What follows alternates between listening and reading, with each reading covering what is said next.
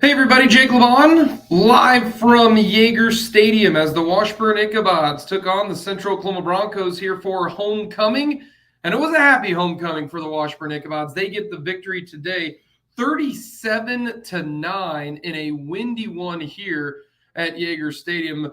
As we start things off, UCO 5-2 on the year, winners of 4 in a row. Washburn coming off that heartbreaking loss to Northwest, and 30-mile-per-hour winds here, and it was going to be who handled the wind the best. And the answer, the Washburn Ichabods.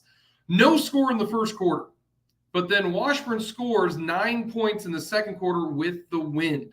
They get a touchdown from Kellen Simoncic, a 1-yard touchdown run, and they get a field goal. So they go in 9-0 at the half, feeling pretty good. Third quarter, UCO takes the football. Washburn says, we'll take the wind in this third quarter, and a great decision to do that. The Washburn defense was outstanding in the third quarter. They force UCO their first 4 drives, 2 3-and-outs, and they get 3 interceptions.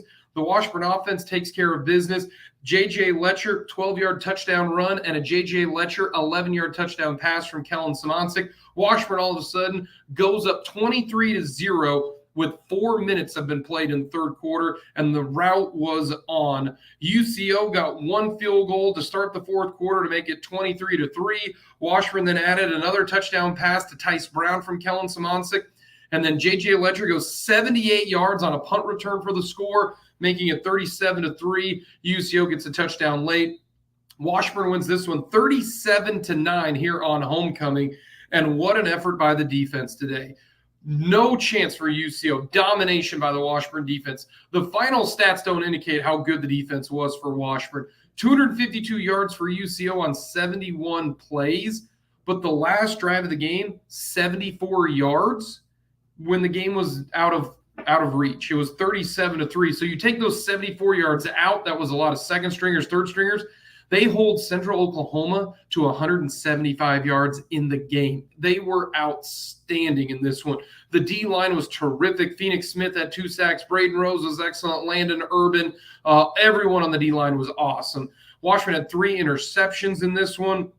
Washburn had an interception from Shannon Ross, from Skibo, from Harden. They were terrific. This Washburn defense was lights out. And offensively, into this wind, they did enough. They ran the football, some short routes, got yards after the catch. Simoncic, 211 yards throwing, got 2 touchdowns.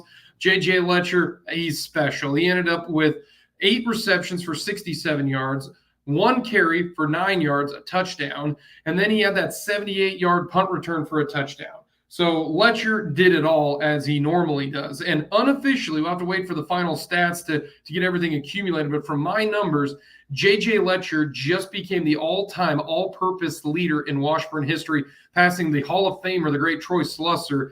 He needed 148 yards of all-purpose. He got 154 today. So J.J. Letcher now with 5,216 all-purpose yards, passing Troy Slusser at 5,210. So we'll have to wait till those numbers are 100% official. But it was a fantastic day. The most complete game that Washburn has played this year. Offense, defense, and special teams. They were awesome. Letcher scored in 3 different ways: running, receiving, and in special teams. And the defense was just dominant. So Washburn's now 5-3 on the year.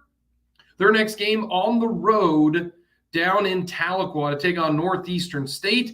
Then they come back 2 weeks from today on November the 4th. They will play Pittsburgh State, a huge one. Pitt State looks right now that they're going to get the win over Missouri Western, so they're going to remain undefeated. We'll have one more game at UCO and then a big matchup for the Gorillas and the Ichabods. But a big win today. Washburn wins on homecoming. Terrific effort from the defense. They get the game ball. They were awesome when you basically shut down this entire UCO offense. So instant reaction. Washburn wins it 37-9 for a happy homecoming. That's your instant recap here from Yager Stadium.